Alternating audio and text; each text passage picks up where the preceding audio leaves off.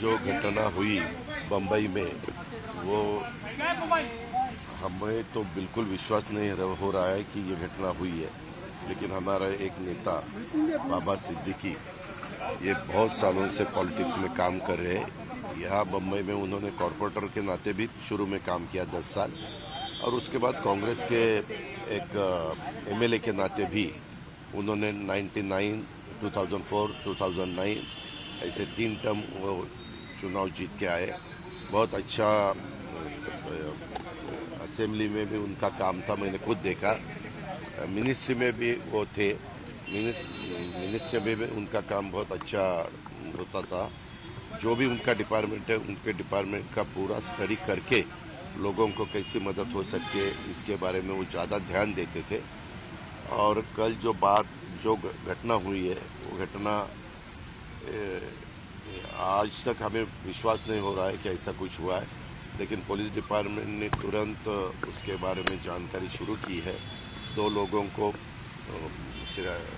उनके हाथ में लगे हैं, 2 लोग, और भी कुछ लोग हैं। उनको ढूंढने के लिए, उनको लाने के लिए 5 टीम पुलिस डिपार्टमेंट ने लगवाई है और अलग अलग स्टेट में उनको भेजा है। सीएम साहब भी इसके ऊपर उनका ध्यान दे रहे हैं, खुद होम मिनिस्टर भी दे रहे हैं, और मेरा भी है, हमारे बाकी साथियों का भी है। और जल्द से जल्द पता चलेगा कि एग्जैक्ट ये सब करने का कारण क्या है, किसने ये सब सुपारी दी, किसने ये सब किया। इसके बारे में तुरंत नहीं, लेकिन 1-2 दिन में ही पता चलेगा, ऐसा मुझे विश्वास है।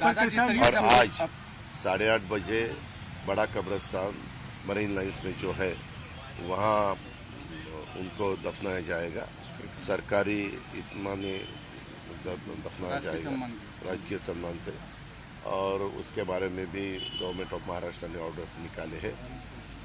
और अभी थोड़ी देर के बाद पोस्टमार्टम होने के बाद उनको उनके घर में लेके जाने वाले हैं। और वहाँ कुछ टाइम रखने के बाद उनकी जो कॉन्स्टिट्यूंसी है, वहाँ लोगों को दर्शन के लिए रखने वाले हैं। और फिर बाद में रात को 8:30 बजे ये सब उनके दफनाने की पूरी ये हो जाएगा। दादा, अपोजिशन लीडर यहाँ आए थे, उन्होंने कहा कि कानून व्यवस्था फेल हो चुकी है।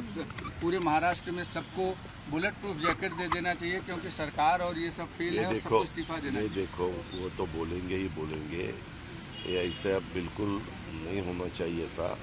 अभी अपोजिशन वालों क्या बोलेंगे, वही बोलेंगे। लेकिन हमारा काम है कानून ठीक रखना, कानून व्यवस्था ठीक न रखना, और उसके बारे में और भी जो भी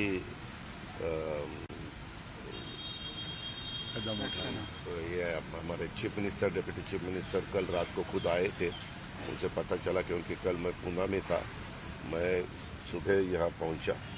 लेकिन मेरी रात को देर से देवेंद्र जी के साथ भी बात हुई, चीफ मिनिस्टर साहब के साथ भी बात हुई। उन्होंने बताया कि इसके पीछे कौन है, किसका हाथ है, ये हम ढूंढ के ही निकालेंगे।